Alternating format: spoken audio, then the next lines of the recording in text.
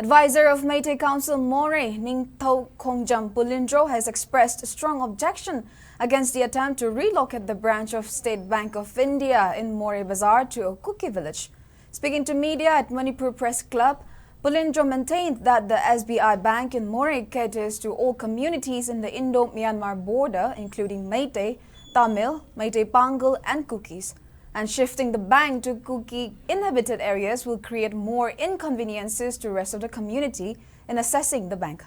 Pulindro further maintained that Kukis are trying to relocate this bank at their area so that they can loot this bank. Therefore, the demand of Hill Tribal Council to relocate this bank is totally unreasonable.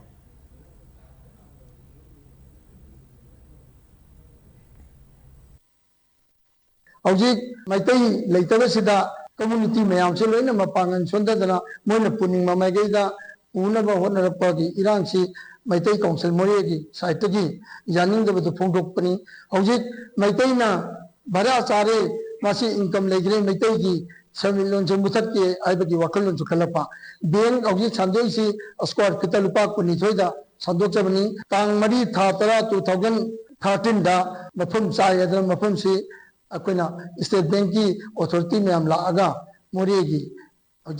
jilaiba State Bank si yengat kibani mafam se object tribal singna Meitei leitrabani na moina puning mamai ge puna ba irang sagalaga tawba thabakni object Moreh da council semba singi hill tribal council gi di hawki nataba mi matana oiba yadi utu boro to wako gorsu hawki ba mamu pukhodi takta president oheli sigi chana bi sini akoina Moreh da State Bank si leiriba mafam do dagi hongdok pitanaba akogi press team area gi thongda ajari